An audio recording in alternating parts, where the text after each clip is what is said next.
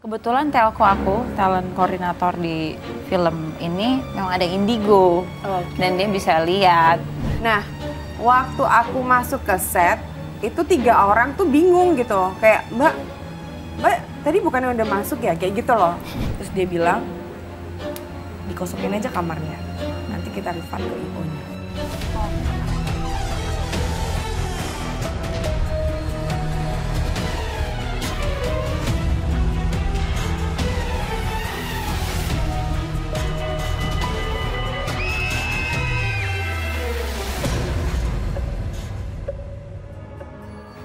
Hai Sobat Misteri, balik lagi di malam Jumat. Jangan pikir kalian sendirian, bersama saya Grita Agatha dan sohib saya Kak Firdananta.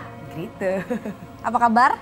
Baik dong. Baik banget. Kamu apa Kayaknya kabar? udah nggak batuk-batuk ya sekarang ya? Hari ini aku alhamdulillah sehat. Alhamdulillah. Nah, di malam hari ini nih kita kedatangan bintang tamu yang luar biasa dari cast Lost Man Melati. Pernah nonton nggak bulan Maret kemarin di bioskop? Suami aku yang nonton. Oh, suami nonton? Suami aku nonton. Sendirian? Sama siapa suaminya nontonnya? Sendiri. Oh, sendiri. Jadi ini tuh kan tadinya film, terus katanya sekarang ada series yang lagi ongoing di Catch Play Plus.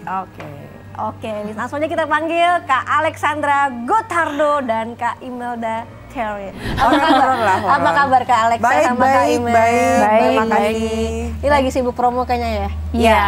Oke. Nah, boleh nggak sih diceritain sebenarnya apa sih Lost Man Melati? Film kan tadinya kan, terus kemudian sekarang ada seriesnya nih, ya Iya. kan? Terus aku nonton trailer seriesnya juga serem Lumayan. ya, lumayan ya, Merinding deg-degan ya, gitu ya. serem walaupun ya. cuma Jadi bikin sebentar. penasaran. Jadi Lost Man Melati itu cerita mengenai sebuah lost man yang terkutuk yang terjadi di tahun 1900-an. Hah?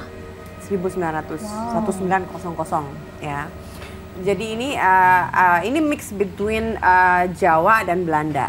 Oke. Jadi Lost Man itu sebenarnya bukan punya Melati, dia punyanya Dr. Kusno. Dr. Kusno itu adalah mad science, dokter yang intinya ada dokter di tahun 1900-an, pinter banget, tapi karena terlalu pinter jadi mad science begitu. Dan dengan semua dia punya experience-nya, dia punya pengetahuannya, dia tidak percaya akan adanya sebuah kutukan. Nah, dia punya pasien namanya Sumitra. Sumitra adalah ibu dari Melati yang dinikahi oleh orang Belanda. Gitu, dinikahi orang Belanda, kemudian karena dia ditinggal kabur sama si orang Belanda tersebut, dia mencoba untuk menggugurkan janinnya. Dia ke dukun, kemudian Indonesia banget ya, Jawa banget ya. Harus dong. Dukun gitu. Dia ke dukun, dipikirnya sudah nggak ada si janin, ternyata Sumitra tetap hamil ceritanya.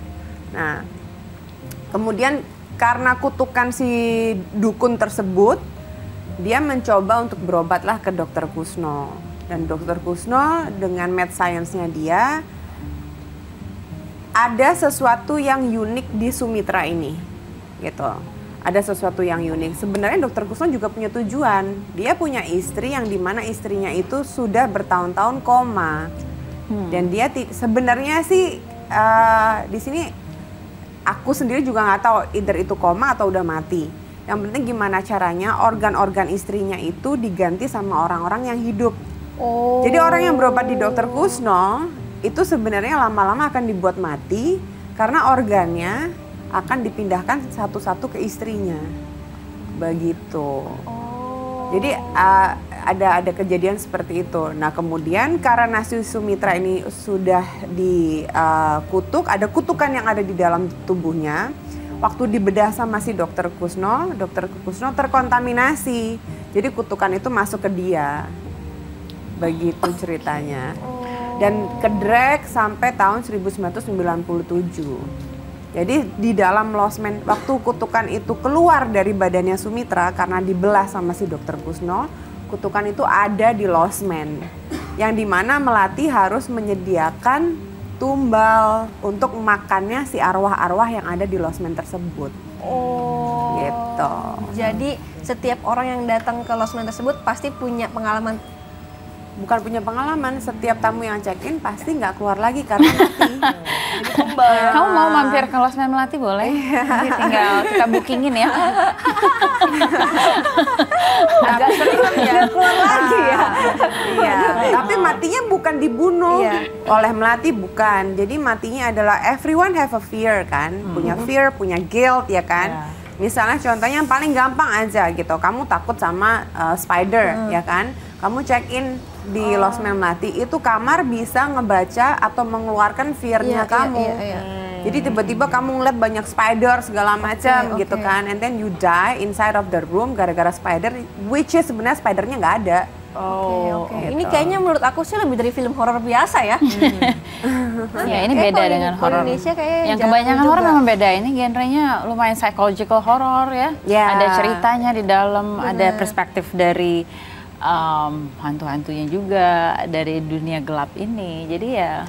Tapi ini Indonesia banget ya. Indonesia banget. Tumbal, Ya, of course. Kayak berdukunan gitu. Sebenarnya ini lumayan relate nih sama orang-orang Indonesia karena emang masih banyak cerita kayak narsum-narsum yang datang ke sini pun juga banyak yang maksudnya masih ada cerita tentang pertumbalan dan lain-lain gitu ya. Iya, kita banyak banget mitosnya ya. Iya, banget. Banyak sekali beragam supernatural karakter ya. Tapi pernah nggak sih kayak pas syuting atau pas reading atau pas apa itu ada kejadian-kejadian mistis? Biasa kan kalau film-film horor tuh selalu ada ya.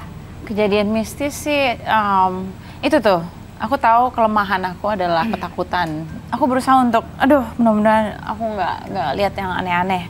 Tapi mau nggak mau pasti akan ada gitu, karena bukan untung sih. Kebetulan telco aku, talent koordinator di film ini memang ada indigo, dan dia bisa lihat. Nah, walaupun aku bilang, udah deh, aku nggak mau lihat, dia lihat gitu. Jadi ya strategi aku nggak mau sendiri gitu di lokasi, apalagi dengan set yang studio yang gelap itu ya, dengan props dia yang tidur nggak mau sendiri juga, ada lukisan. Iya, aku nggak bisa sendiri. Itu strategi aku supaya mental dan psikis aku bisa bekerja dengan lancar gitu. Tapi ya nggak bisa dipungkiri karena di situ ada barang-barang antik, ada boneka lama, ada senjata-senjata tajam, nggak tahu vintage dapat dari mana, itu dikumpulin semua di satu studio. Dan to get that spooky vibe itu memang harus ada, dan nggak mungkin ya nggak ada yang nongkrong di situ ya. Pasti ada. Tapi sebenarnya padahal itu udah di studio ya, maksudnya bukan di tempat-tempat yang memang serem gitu kan? Memang studio, memang set ya. Semua di build. Jadi berasa kayak bener-bener masuk ke Losmen ini ya. Ya, berasa tamu beneran yang masuk, yang cek. Iya. Gak keluar lagi, aduh takut. Sekali masuk gak akan keluar. Tapi pernah gak sih, mungkin dari Kananta juga nih, selama hidup gitu, tidur di salah satu hotel atau Losmen, pernah nggak ada pengalaman horor bukan di syuting?